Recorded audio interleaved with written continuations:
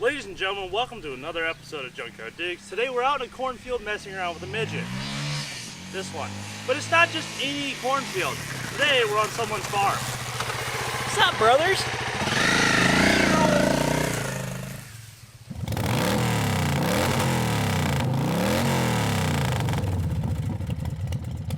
Ladies and gentlemen, today I am joined by Cole the Cornstar. Hey, do you want to say it right, please? Oh no, you gotta do it. I can't do it. Every time. Cole the Cornstar! Jesus.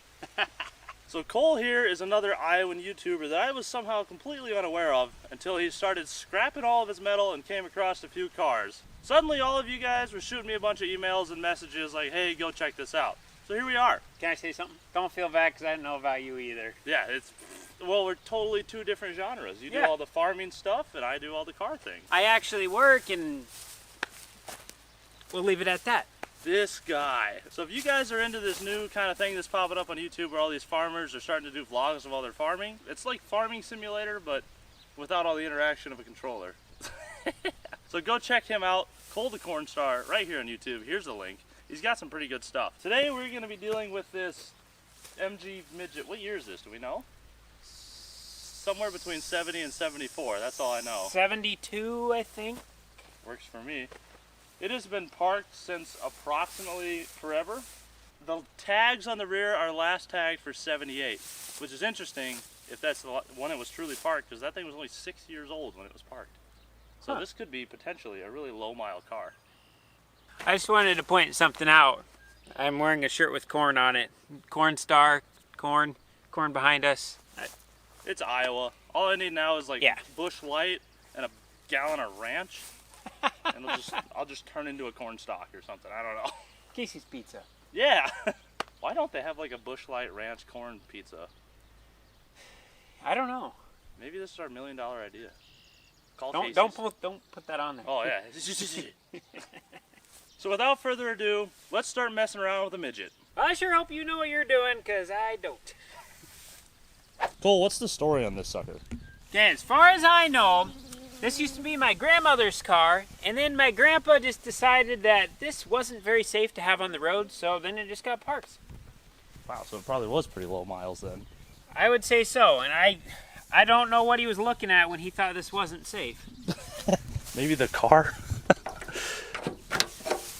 It's full of poop. It's full of water. Good. Well, at least there's no holes in the floor yet. Give it 12 minutes. Do you see an odometer over there, perchance? Does this say 51,000 on it? Hold on, let me hold my breath while I'm in here. Yeah, I think it says... Yeah, it looks like 51,000. Well, that's more than I was expecting. Wow. It's a manual. I don't know anything about midgets, so it's a manual. I can tell you one thing about this midget. It's a midget. I'm 5'10" on a good day. It's to my belly button. Yeah, I'm 6'2", and I'm going to try to squeeze into this blueberry go-kart. It's like 4 feet wide. It's like the length of my leg. There's poop inside. Hey, they have the most important tool any man could ever need. We're probably actually going to need that. I don't know if I brought my hammer. Block of wood to soften the hammer. Oh, hey, this right here. This is what we want. I know exactly what this is. It's missing. No, this is the insurance card holder that will tell us like when it was last insured. And somehow the paper's gone. Honestly, on our farm, it's probably still insured. So I suppose we can dig through this sucker and try to find some receipts or something with a date on it. But this thing's actually in pretty good shape. All the rubber for this is still here. This isn't rotted out. I just dumped all that into the gas tank. Awesome. The metal's mostly still on the car. This thing, you said this sat inside for a while? It was in a building the whole time I've been alive until about 8 months ago or so I drug it out. I'm not a car guy, okay?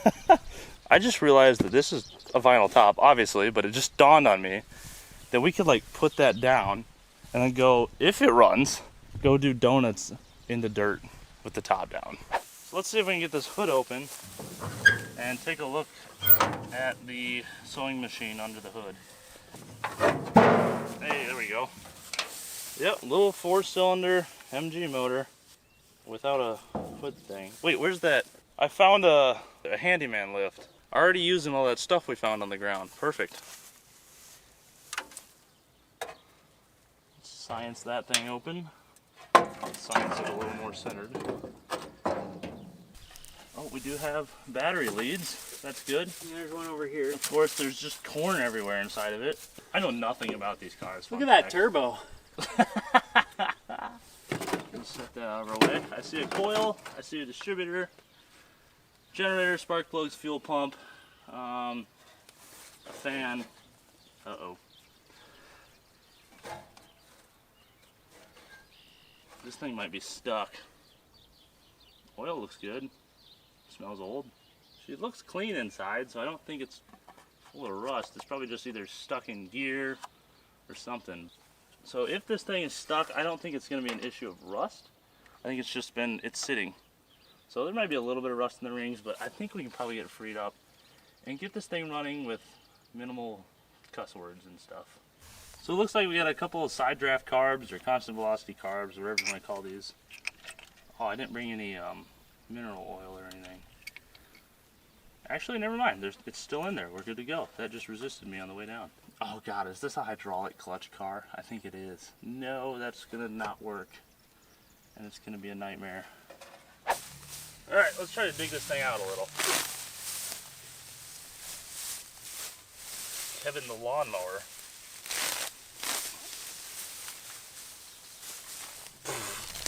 Yeah. Iowa dirt. Tastes nutritious.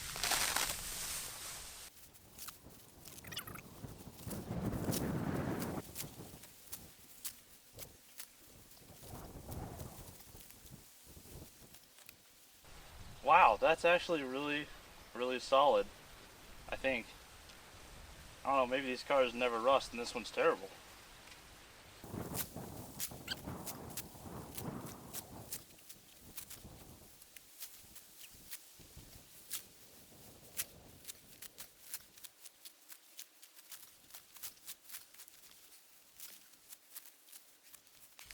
Okay, we have good access to half the car. Should be the half the car I need to get to, hopefully.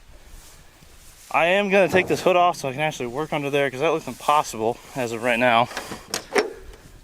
This thing is absolutely full of poop. This might be the grossest car. I don't know. It's right up there with the Le Mans. The Le Mans is a flood car, so that was bad. But this is literally just mouse poop.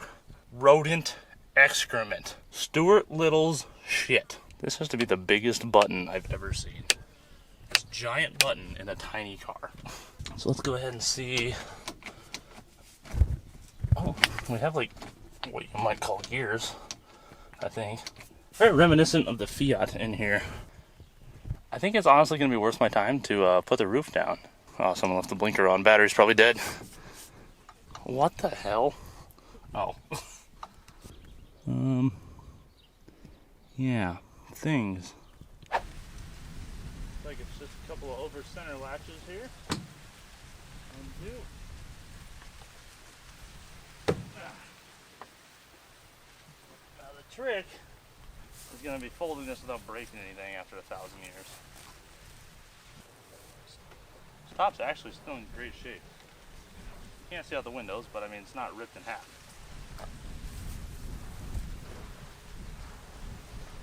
At least not yet. Oh, there's a couple buttons right there I gotta get. This could actually be a pretty neat car to drive around. Not gonna lie.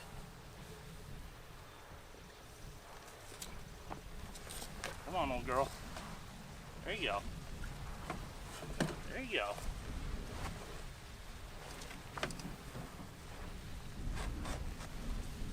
Already a dead mouse. Okay. Wow. It looks actually more disgusting now inside, but I can get to it. Now this is really reminiscent of the Fiat. Where's the possum when you need him? Okay, this thing's actually growing on me real quick. The patina came in really nice. It would probably clean up pretty good. Oh yeah, it'd clean up great. But it is disgusting inside. Like, that side's full of water. Everything else is poop. There's a dead mouse.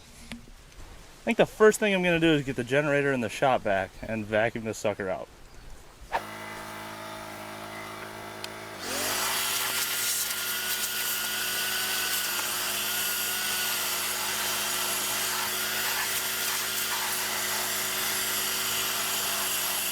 All right, I've got under the driver's seat done, ish.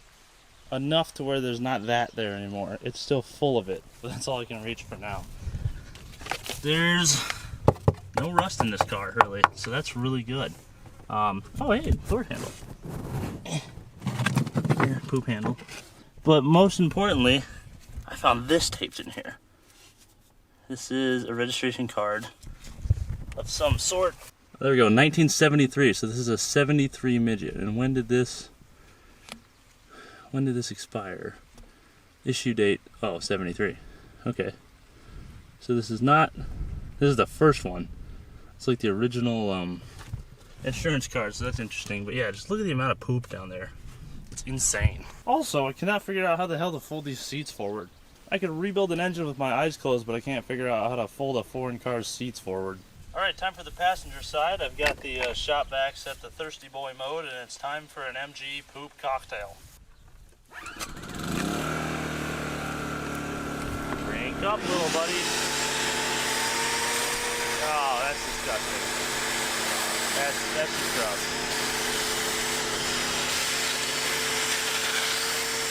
Oh, good, good.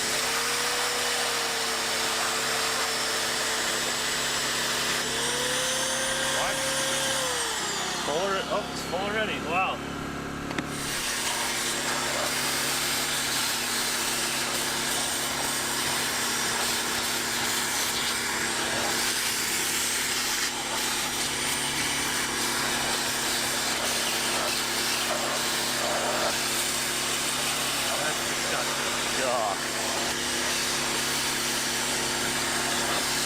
There's a dive.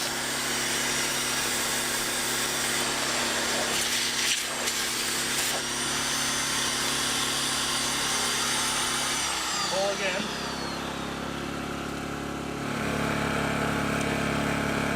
Yuck. Oh, with my mouth. Are you kidding me? I am probably patient zero for the coronavirus, not gonna lie. I could just get a new shop vac now. That's clean enough to where I'm okay with getting into it if I have to on that side. Let's get the hood off and get to work on the fun stuff. So since I've put like literally 30 years of mouse poop about that deep in a pile sitting over there, I don't want to work on this car in this area anymore. I'm going to drag the car 100 feet that way to where there's a nice dirt patch, and we're going to work on it over there. Got my strap tied into a nice secure point that's not going to bend anything or hurt anything on the car. Should be good to go. Of course, I'm once again doing this as a one-man operation, so it'll be tricky at best. I need more friends.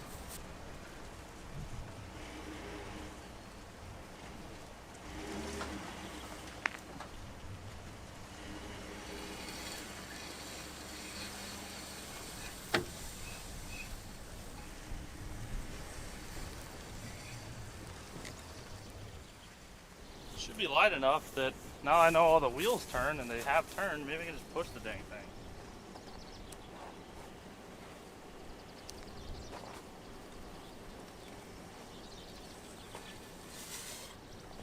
Kinda. The giant ruts don't really help. I wonder.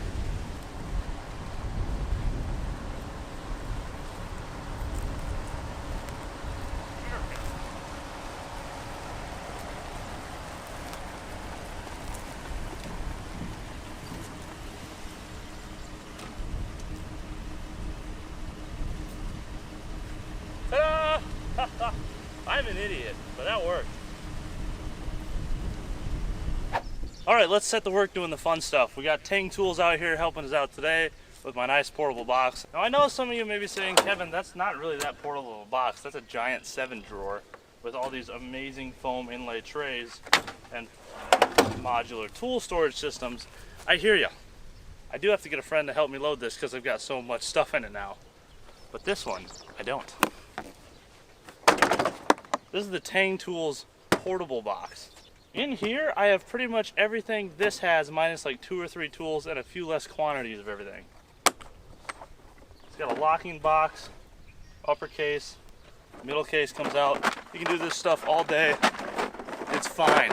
Nothing moves.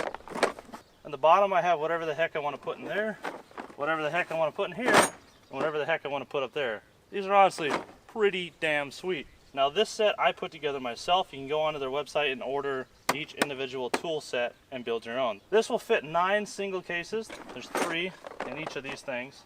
Or they make a large tray that fits in here and a couple other options. Or you can just buy these outright, fully stocked with tools. Check them out, tangtoolsusa.com. I freaking love this, and I take it with me everywhere I go. It's great. Before you guys complain about price, I think that box is only like $600 or $700 for like the whole kit from their website. That's totally reasonable for that good of a portable toolkit. I would pay that. Oh. So those of you that are all in the comments previously before this part of the video, probably saying, there's a hood latch on the bottom of the hood, idiot. I didn't know. Now I do. That's even worse. This is like made for actual short people, to be politically correct. Yes, now I fit. On my knees, I can work on this car, which is saying something. So, are our carburetors seized? No, they are not. Which is a good sign that moisture has not entered the engine, which is good. Usually if a carb is not seized and I can turn the throttle blades, we can get it to run. It's not always the case. This could have had engine damage, I don't know.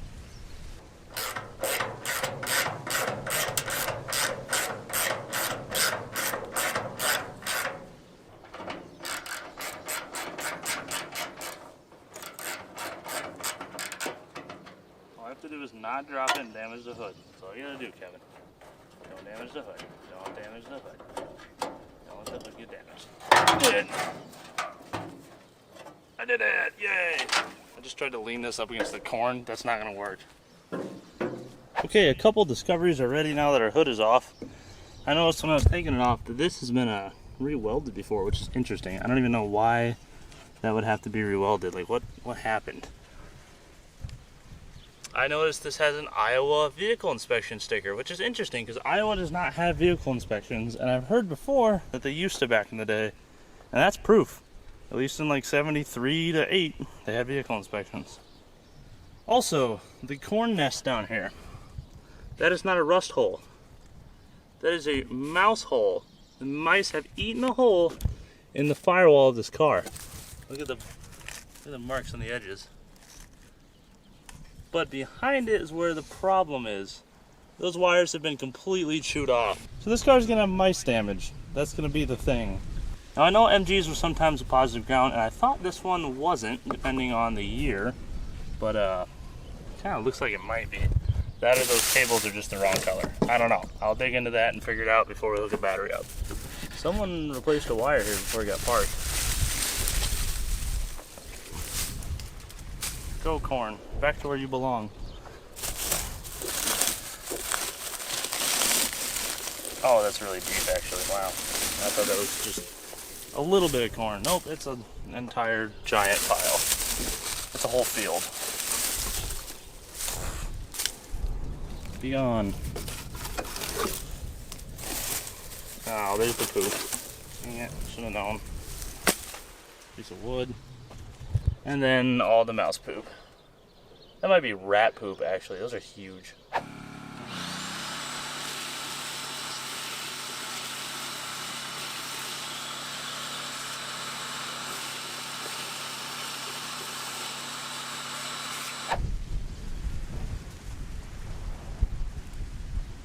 All right, let's pop these carb covers off and see how much mouse nest is inside. What I'm afraid of, but I'm hoping has not happened, because there's throttle blades and stuff, is that Mice have been living in here. They might have got stuff down into the intake, which is actually what's sticking the engine. Because everything looks clean everywhere else.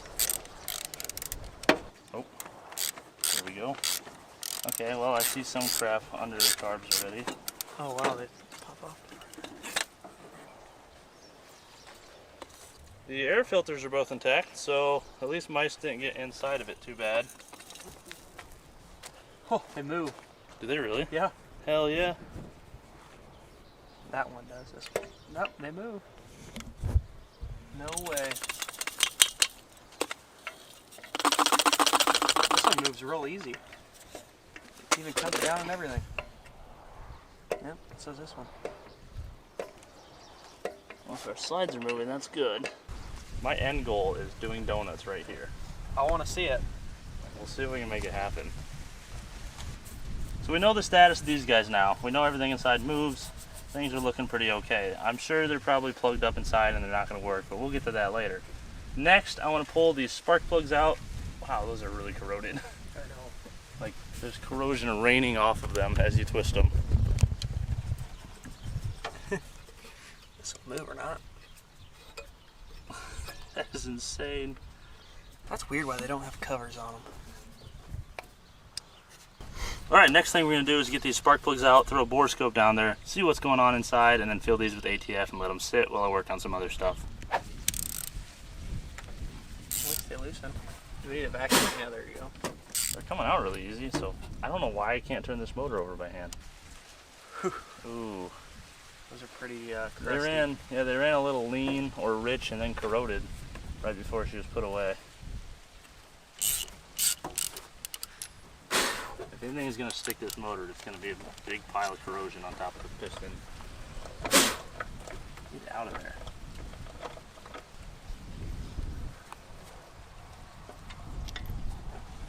Similar story with this guy.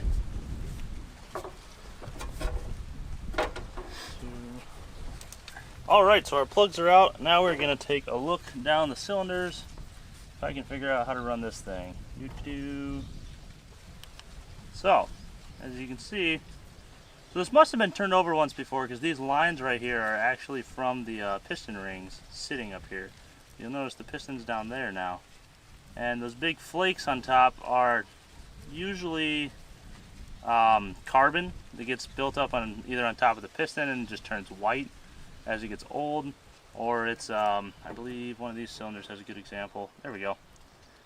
That's carbon from the top of the cylinder that has fallen down as the car was moved around. I'm not really seeing, there's a big piece right there. Check that out. I've seen this actually seize a motor before. There was enough that fell in here. There was so much carbon that it piled up on top of the piston and then ran into the roof of the cylinder to where it wouldn't allow it to go up any higher. It just like acted as a big stop. Let's take a look at this guy. Alright, here we go. There's a little bit of rust on the cylinder walls, nothing too terrible. Everything looks pretty okay in here, so I still don't really know why we're stuck. Hang on, hold your fire down there in the comments section. Now that I'm sitting here watching this in my office with color on the screen, I can see exactly why we're stuck. This thing was full of rust. At the time, however, I could barely see my screen in the full sunlight. You guys want to look up my nose? I'm kidding, yeah, I'm not doing that. Well, I forgot a funnel at home, so I'm gonna have to improvise. Cole, I'm sorry, I owe you one corn leaf.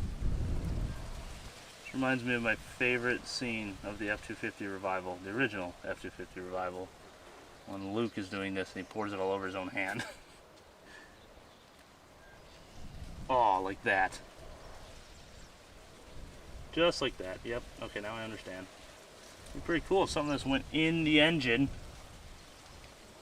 It's a triple homicide already. And it's all over the fender. Yay! Well, the generator's been nice and lubed now. Not that it needed to be. Alright, well, that's what I get for making fun of Luke. These fenders will have a nice sheen to them now, though. As will everything else, actually. Dang it. That'll probably catch on fire later, but whatever. Minor details. Goodbye, corn funnel. You were useful. Alright, we're going to let those pistons sit in there with all that nice good juice on top. Hopefully free things up. In the meantime, let's put a battery in this thing and see what does or does not work. Thankfully everything back in the day was made for massive batteries, so that fits. I didn't even think that it might not have, since this is a tiny car. Please don't catch on fire, please don't catch on fire. Why is this one too big and this one's too small?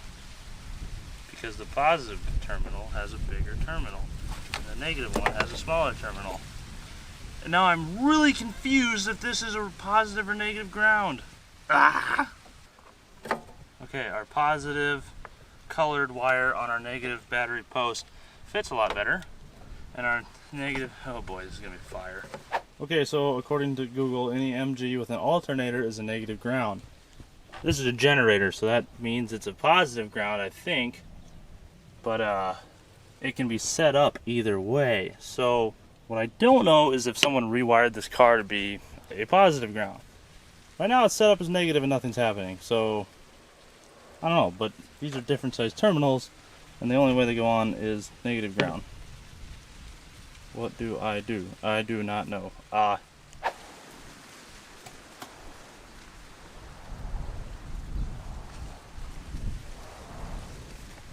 There we go. Okay, so it is indeed a negative ground. The terminals are correct even though the wire colors are wrong.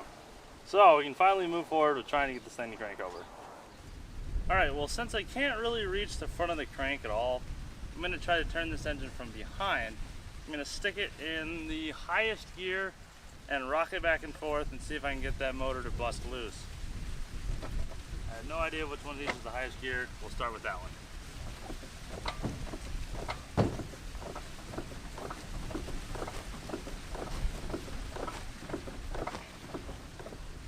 Wow, okay.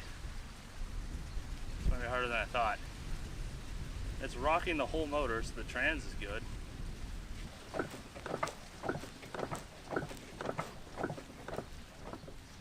Damn. This may just be a matter of trying to get to that crank bolt and turning this over by hand, which is probably not going to go well.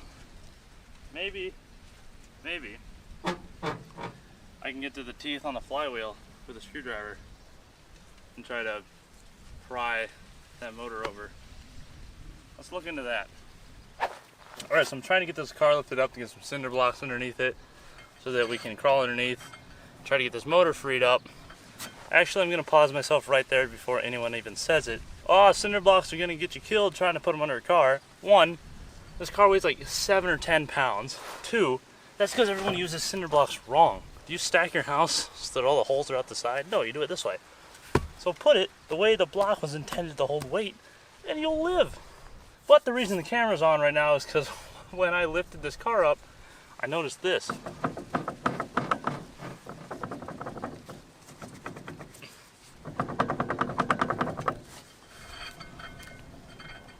So yeah, that will need attention at some point. Alright, so I have found an access cover on the back of the transmission where I believe I can touch the actual clutch pressure plate. And I think I can get a pry bar in there and try to wiggle that sucker around and see if we can get this to move. I doubt it, but I can dream. Here we go. Ow, my face. Oh, damn it. This seems pretty stucco. Oh, well, that did nothing. This thing is stuck, and I don't know why. I would say it could be valve chain or something hanging it up, but it doesn't even try to move. It is like I'm trying to turn a brick. I think what I'm going to do next is take all this cover piece off here and see if I can get to the crank pulley, if there's anything I can even turn on it. If that doesn't work, I'll have to take all these accessories off to get to the starter down there, see if I can get something on the teeth of the flywheel. And if that doesn't work, I'll just undo the remaining like 6 bolts, take the motor home, rebuild it, and bring it back, put it in, and then drive it. It looks pretty easy to get out, honestly. I could probably do it without an engine hoist. I could probably just pick that up. I'm getting my ass kicked by a midget. Okay, well, I've decided that these cars are in fact atrociously hard to work on. I finally have the radiator out. This took like an hour because of these 2 damn screws on the bottom. Oh, that was horrible. It's like whoever designed this started with a bolt bolted to a nut, and then they just designed the rest of the car around it, layer on layer on layer out. Everything is in everything else's way. Okay, we do have a giant crank bolt, so that's good. There's hoses in my way, of course, but that's okay. Hey, at this point, everything's in my way. It's whatever. Let's get that off. All right, so we got our fan off. I finally have access to this crank bolt, kind of. I mean, there's this giant bar in the way that's part of the car. But I noticed something pretty interesting. There's 3 nails right here sitting under that clamp for the steering rack. Check that out. Someone just jammed these in there to help hold this thing in place. Must have been moving around. It's pretty crazy. Wheel bearing shot, all that, motor seized. This thing's like mechanically worn out suspension wise for 50,000 miles. So since MG thought it'd be a funny idea to put this bar right here, we can't get to the crank bolt at all, so we've removed the nuts off the motor mounts. We're gonna try to jack the front of this motor up so we can get a socket or something on that and try to break that free. Let's try for the best. It's kind of at a goofy angle, but whatever. Oh God, it's stuck hard.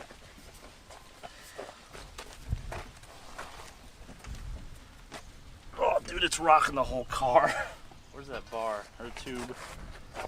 That ought to do it. Maybe.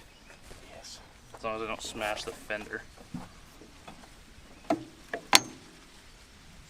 Oh my. I don't know what that noise was.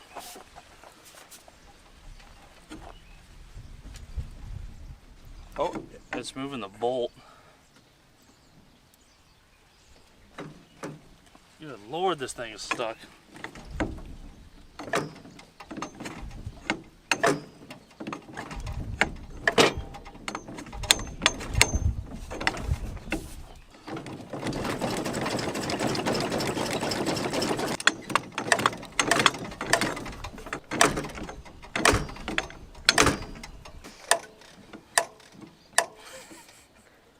She might be a little stuck.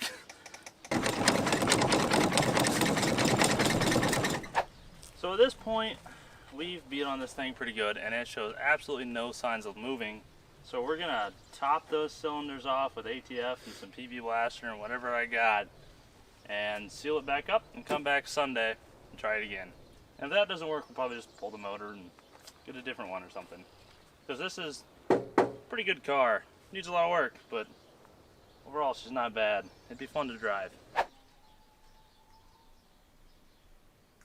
Another day here with the midget out in the field. But I'm not alone this time. I brought Mook. Chaos! So it has been a week since I was last here. This thing's been sitting, soaking. Hopefully we can get that motor to turn over. Otherwise, we do have a plan B we've brought along. First things first though, we need to get this hood back off. Oh my gosh. Whoa, look at that. Dragon wheels? Oh! Oh. I get the drag part now. It's a drag car. Cool. Someone will probably be like, that's worth $100 in the comments.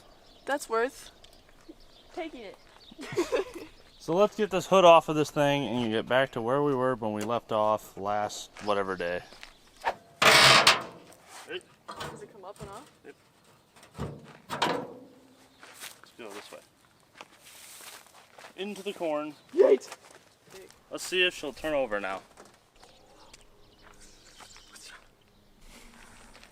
This is what happens if you give a Mook a stick. A lot. Okay, so this has been sitting for a week. I'm gonna pop these guys out, make sure in the weird event that it would build compression, we're not gonna fight it. But I doubt we're gonna get that far with this thing. There's been ATF and PB Blaster pretty much all the way full on these cylinders. I'm sure by now it's leaked past the rings and they're empty again, but could have in theory done its job then.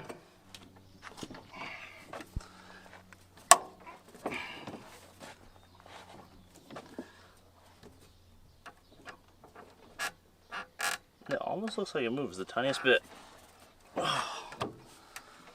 Okay, extend-o-matic. So a lot of people argue the ways to bust a motor loose and like where you should be doing what from what, be it the crank, the flywheel, the rear tires, whatever. Some people will shove cars in their highest gear, 3rd, 4th, 5th, and try to drag them around to bust them loose and just dump the clutch a bunch. That's not even an option for this because it doesn't weigh anything. It's just going to spin the back tires. And if you do the math, that's not nearly as much torque as what I'm about to do, which is just throw a breaker bar in the end. Other people will take a porta power or something and thread into the spark plug hole and try to force a piston down. I've seen that work. I've also seen it blow out cylinder walls and shatter pistons. So that's good if you have like a motor you need to force a piston out of forever, I guess. With this shoved in there, as far as it is, we've got about a 5-foot breaker bar right here. I'm gonna put about 200 pounds of force on the end, and if you do the math, that's 1,000 foot-pounds. So if you ask me, this is the best way to try to break something loose. I also have to not turn the bolt, I have to turn the crank, which is the hardest part about doing it from this end. Damn.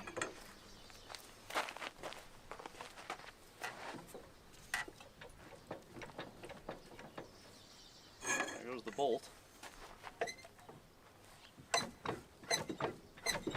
Surprised I haven't snapped that crank bolt off at this point.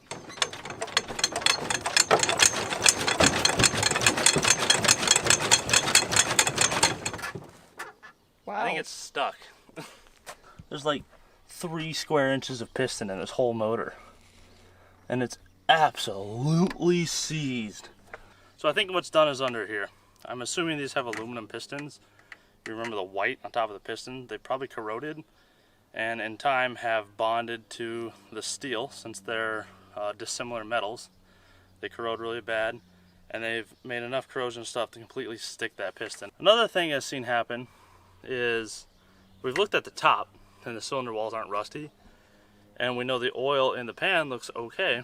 What happens sometimes is from above the oil to the bottom of the pistons, there's a nice little chamber of air right there that moisture will live in and condense and heat and cool and condensation will form and that will rust. So the bottom of the pistons will rust in the bores and not let the pistons go down instead of not letting them go up. So it could be either of those things. Regardless,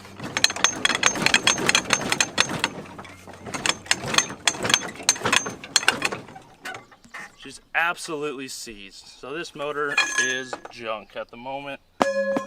To make it run, I would have to rip the head off, take it apart, blow the pistons out with probably a torch and the biggest hammer I own, and then literally do a full rebuild. Which is an option because this car is really solid, quite restorable, and to the right person, probably worth a couple pennies.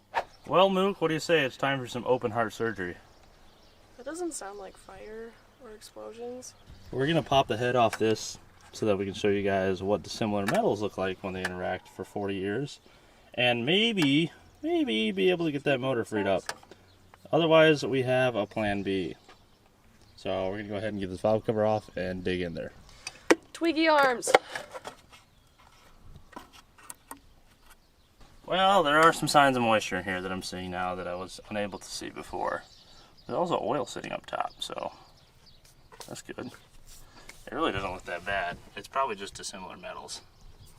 So let's go ahead and pop this cylinder head off. Okay, I think that should be everything to take our head off. I can already see that it's separating by 1/4 inch, so much that it ripped this old brittle rubber hose clean in half. So our head wants to come off for whatever reason. Here it comes. Oh, okay, quick break. Oh god. Wow. I don't think we were ever going to get that to turn over. Look at that thing.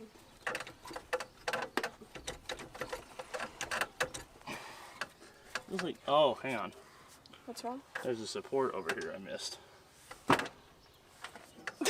Well, okay, it's stupid. It's holding a shield. Okay, we got that weird support down here off. I'm sure some British people are watching this like, yes, a novice mistake, young chap.